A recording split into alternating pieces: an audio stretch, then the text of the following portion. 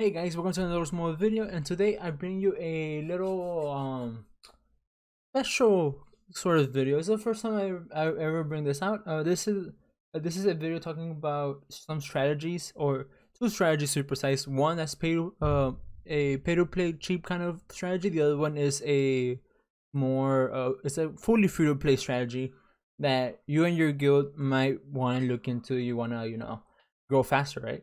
It's a strategies of growing faster, and I pretty much just want to go over them, talk it over with you guys, and you guys know um what I think about them, what you need for them, how they work, what you want to expect from it, and as well as whether or not they are working or not working.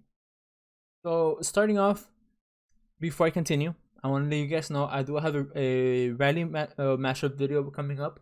I'm working on it, editing on my free time. I also plan to be doing streaming for not for Lord Mobile. Unfortunately, I do want to stream for Minecraft because that is a game I enjoy playing, and I'm continuously playing right now every night at least 2 hours. So I might just streaming those 2 hours when I'm playing. This might start sometime 8:30 9 p.m. Central Time. So if you want to catch me during those times, come on by.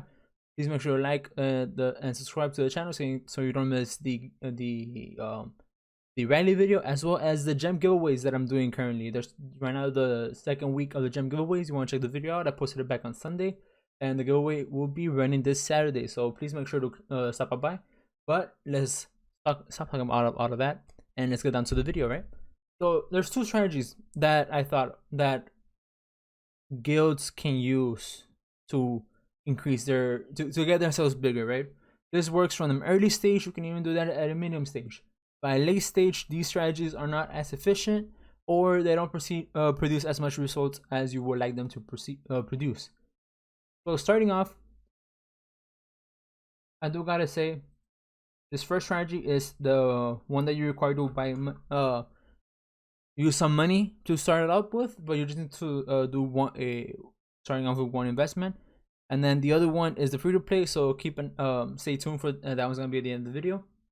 So starting with the first one, let me open up my Excel sheet. My beautiful Excel sheet. Let me change this up. So here in my Excel sheet. Now, in case you guys don't know, I enjoy using the Excel sheet way too much. I'm a geek for it. So the first strategy that I'm gonna talk about is called. I don't have any names for these, but this first strategy was partially leaked by the Chinese community back about my second year of playing. Well, first year of playing. So nobody followed it because it's very hard to follow. First of all, you need to have 100 members in the guild that all agree and are loyal to the process that we're going to be running this with, and that process also requires for every one of those 100 members to have spent $100. Why would I say that you need to spend $100? So this strategy is focused on the gifting mechanic of the game, so you being able to gift. So the way it does is that you funnel a very small amount of resources each person to one person until that person reaches a certain meetup.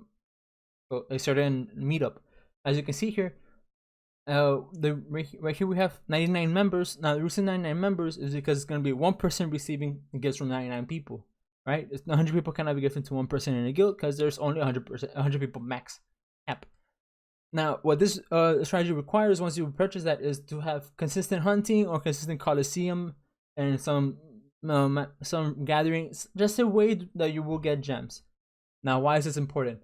Now, me and myself in the guild that I'm in currently, we make about 4,000 to 10,000 gems a day, depending hunting, box buying, chest buying, stuff like that.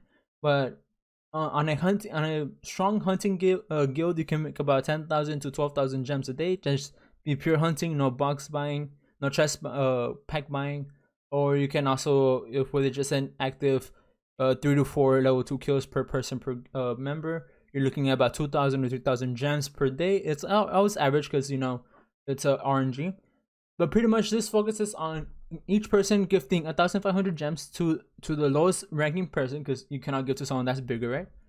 And this will go on for 1 week or longer, depending what you guys all agree on. But why is this awesome? So think about it. So 1500 gems, for you guys don't know, is the equivalent of 124-hour speed up. Now, if everyone's gifting 124-hour speed up, that's 99 days worth of speed ups per day, not including whatever you are making from your hunting, from your own gem production, from Coliseum hunting, you name it, from doing hell events, whatever. So you're getting 99 days worth of speed ups. This is only the first part of it, because it does not have to be only speed ups. This could also be the material used in order to get your pay-you-play buildings. This would be 100 materials per person, and I did the math here. So this is gonna be a total of 148,000 gems gifted to the person. And in case you guys don't know, in order to max out your pay-to-play buildings to get your tier 4 unlocked, you require to spend 200,000 gems per building, buying the 10,000 gem packs, which reduces the pricing. So in total is 600,000 gems. But when it's all gifted, you need a total of 900,000 gems. And in 1 week of gifting the 148,000 gems per day, per day for the whole week, it's about 1,390,000 gems gifted. Granted, you can use your own gems as well in order to speed up the process and change it up to being speed ups. This will also give you more speed ups on the long run, right? So in 1 week, one person can, within the first 3 days or 4 days, can get all the materials they need in order to get their 3 buildings to level 25. And then they will also be getting speed ups in order to rush a couple of the level 10 army researches. Now you will gift it, the person will not research, or will research little by little, and once it passes the next person, the one on the bottom will start be getting funnel to. So sure, this process does take a while. We're looking at about 5, 6, 7 days per person for 100 members. So we're looking at a process that will last close to 2 years. Now, this is 2 years of getting every member in your guild tier 4 to being to unlocking tier 4. Now, what is so awesome about this? When you're a free-to-play player, 2 years will not be getting you that close to getting to unlocking tier 4. And if you happen to be wanting to drop money, you want to drop about $400 to $600 on just the gem like total for gems and research speed up and stuff like that, just to get tier 4, and that's rushing it within a time period. And you're wanting to do over the period of 2 years, $100 to $200 would be more than enough just to get a tier 4 research. But you won't feel the camaraderie with this. Now there's a second part of this process that makes it even more doable, and that is the same time that you're funneling 1,500 gems to one person. For that same week, you're going to be funneling 1 million gold to that person as well, per person. So what do I mean by this? So every day, every one of 99 people will send 1 million gold to that person. Now 1 million gold is not that much. You can either produce it by having within a day with just having 1 or 2 manners, or you can even go gather it and just send it. You're welcome to send even more, but 1 million is just what was required. And how much would this accumulate to? So as you can see, it's going to be 99 million gold per day that the person is going to be receiving for a period of 7 days. And you see the math here. For 7 days, at the 7th day, the person will have close to 700 million gold. Now, why is 700 million gold so important? Well, it is important because the army research to get tier 4 is expensive as hell when it comes to gold. And you do need so you're required to get a lot of gold. I remember being 120, 130,000 just for each of the army tents. I might be wrong, it's been so long, but yes, that is how much gold you need per each of them. So this is the process of doing it with buying the $100 pack per person, so just $100 per person. Sure, it's about what is it, $10,000 altogether, but it's only 100 per person. And this is for the whole 100 people having tier 4. Granted, now I need to talk about why this works or why this won't work. Now, it works for the Chinese because but it won't work for us. The reason for this being is cultural difference.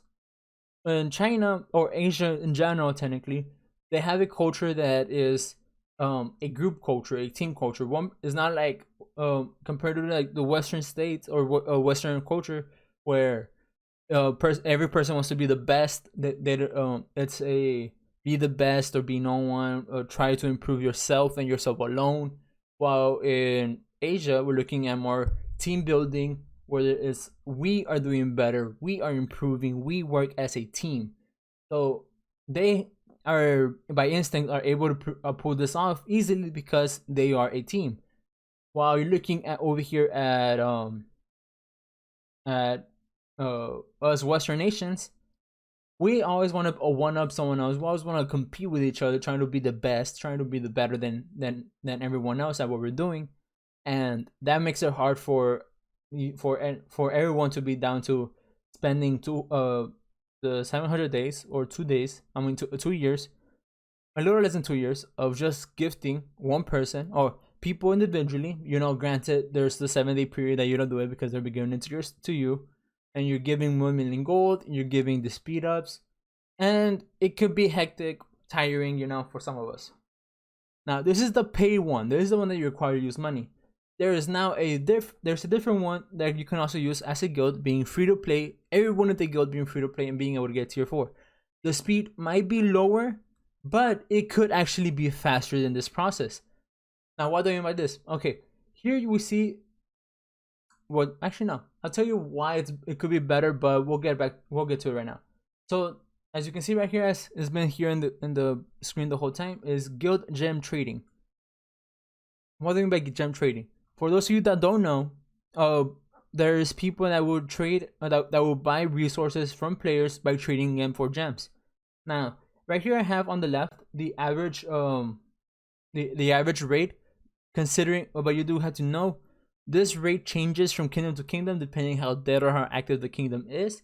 So you would need to do your research, get in contact with a guild that requires a lot of resources, that does a lot of wars, and so you can set up like a contract with them and just be a consistent provider of resources for the certain amount of gems that I'm about to tell you right now. So right here, the average is for it's gonna be 1,500 gems, and I'll tell you respectively how many you would require. So for food, and for every 100 million food, you will be getting 1,500 gems. Now, why is this? This is because it's very hard, for everyone to be getting well, it's not very hard. Food is one of the fastest producing resources, if for anyone that has actually seen my hyper videos. If not, I'll leave the links down in the description. But there's food makes the most food. Period. My food hyper right now makes about 11.2 million per hour, and right now I'm gonna be showing you a smaller number and still showing you how big of a difference this is. Next is stone and wood. These trade at 50 million of each of those resources for 1,500 gems. Going down to ore being 40 million due to the fact that ore it's a slower production, so it has a higher value. And gold is at 30 million because it's even a slower production than ore and every other resources. So you will need to trade this amount of resources per 1,500 gems, which granted, it's a lot of resources, but here's the catch though. If you have everyone in the guild agree and set up your strategies to become hypers, you will need to have all your 100 members agree to being hypering one of these resources. Now, hypering makes it that you produce a lot more resources than you were just doing even out resources, because of how little talent points you have and not able to invest everything on all the resources. So you have 15 members make a food hyper. Now, the reason I say 15 members is because food is very hard to actually be producing if you have an army.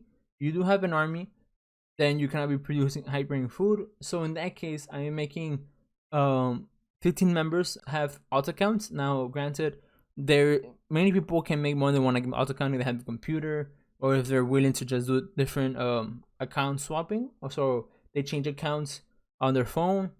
They're able to produce this amount of resources by making different alt accounts. But only on food, I'll be recommending alt accounts just because of troop count. So we have 15 members, 15 castles that produce food, right? That's gonna be their focus for it. This is gonna I'm giving an average of 5 million food per hour. Now, 5 million food is a very low ball because at 5 million food, you can easily produce that at castle level 22. You don't even need to get that high level of a castle to be able to produce 5 million food. So 5 million food per hour is not that bad. Next, we have 30 members doing stone and 30 members doing wood. Each of these producing an average of 2 million resources per hour. Granted, these two can get up to 6 million resources per hour per castle. So 2 million is just like the bare average of people starting off and barely changing their buildings, doing all their buildings, having little research, having little gear, stuff like that. Next, I put ore at 1.5 million due to the fact that ore is a lot harder. Me and myself being at max or hyper, I only make 4.8 million, 4.6 million ore, I believe, an hour. And that's me almost maxing out. The only thing I can do to improve my production is remove my last farm. No, I already did that. My last thing to do will be upgrading my gear for ore production to mythic. Or the boots, upgrading them, because I haven't upgraded the boots because hard rock is such a pain to level up. And anyways, and then all 100 members doing 200,000 gold per hour. Now 200,000 is a very low ball. The reason I say it's a low ball because cap if you're doing fully focused is 600,000 gold you can make, but 200,000 gold is about having half your manners, including research focus. Not research, but talents focused on that, and you can do some gathering on the side. So I made the calculations, and this is a max efficiency. By max efficiency, I mean so like with food, you're gonna have 15 castles making 15 million food, and you're not letting that cap out. So whenever you reach cap, but before you reach this cap, you'll always be sending the resources over to a bank. So doing this with only 15 food hypers making 5 million, you're looking at about 1.8 billion food produced, or a total of 18 trades for 1500. We go down to stone and wood. This 30 castles at 2 million. Granted, you can have more castles doing each of these, or you can have them making even more resources because 2 million is not that much. It's starting level. I'm saying it's not that much because of me. Don't think that you're producing this much. It's not that much, but it is a starting basis for that production. If you focus on hypering, you can produce even more, and then you could gather on the side and make even more, right? And the more you make, the faster you progress. Next, with stone, with ore being that I reduced that to 1.5 million. That would, oh yeah, I forgot to say, for wood and stone, you will be making 1.4 billion of each of these per day. This 24-hour period.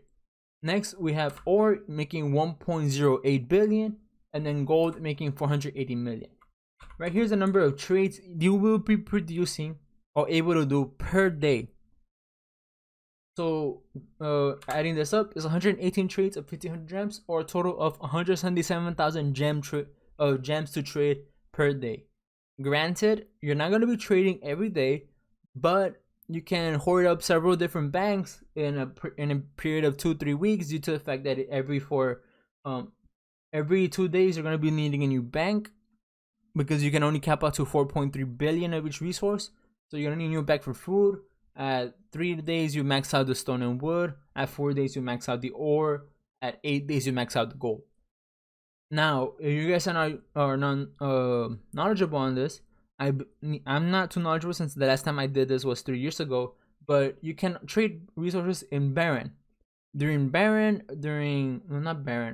Whatever the paladin battle is that you're able to relocate there for free. No, not for free, but like without costing you the 100,000 pack emperor. Oh, the emperor ones that one that costs 100,000 gems. So doing this, you can save up several banks and sell the resources during those events. Granted, you do need to find reliable buyers, and you have to make. It takes a while to make the relationship with guilds in order to be able to set up these processes. But this is at a bare average minimum doing max efficiency. By max efficiency, I mean you don't cap out on your resources. You send them out the moment before you cap out on your max storage, because once you hit max storage, you start producing. So doing this, you're making 177,000, but there's a lot of room for improvement. What do I mean by this? So food hypers, it would make food hypers. Instead of making 5 million, you get them to make 8 million. 8 million is still not cap. You make your 30 wood and stone hypers, instead of making 2 million, making 3 million, which is still not cap. Same thing for your wood. And for your wood, and then making your ore hypers produce 2.2 million. 2.2 million is just not 12, 2.2 million. 2.2 million is not that much. Well, I'd say it's not that much, but 2.2 million is not close to cap, so you're not gonna be hold back by the amount of actual trades. I mean, not the actual trades, but by the actual gear limitations that come from it. So you'll still be producing a lot, and your goal, instead of making it, oh, I even did this wrong. I gold that made it 100,000. So you put 200,000. You make 1 million gold per day, right? So 186. If we change this to 186 per 1500, you're looking at close to 280,000 gems per day of just resource production. 280,000 gems. This is why I mean this process could be a lot faster than the previous process, and it's free to play. The thing is, you also require 100 members to agree to doing this. These 100 members don't all have to be 100 members. You can have several people having several alt accounts, which will also speed up the process because everything will be funneled to only one main account, or two, depending on the one that have multiple T4 accounts. In 3 days, you can get close to getting all your tier 4 pay-to-play buildings materials maxed out. So yeah, we're looking at 279,000 at extremely high efficiency. This is not capped out efficiency, because capped out will mean we'll be looking at maxing out every production for everyone. That compared to the 148,000, which is the maximum you can get funneled here. So yeah, these are the two different strategies I thought about. Now, if you found this entertaining, enjoyable, you want to try this out, if you have been part of one of these two systems, please let me know in the comments. I would like to know how it worked out, how well the teamwork building finished. But yeah, so I know I already made this video way too long. It's already gonna be past 20 minutes probably. I'm gonna try to edit it up to make it a little bit less and cut off little extra snippets where I went rambling about. But yes, so until next time, please make sure to keep an eye out for that rally video, and I'll catch you in the next one. Peace.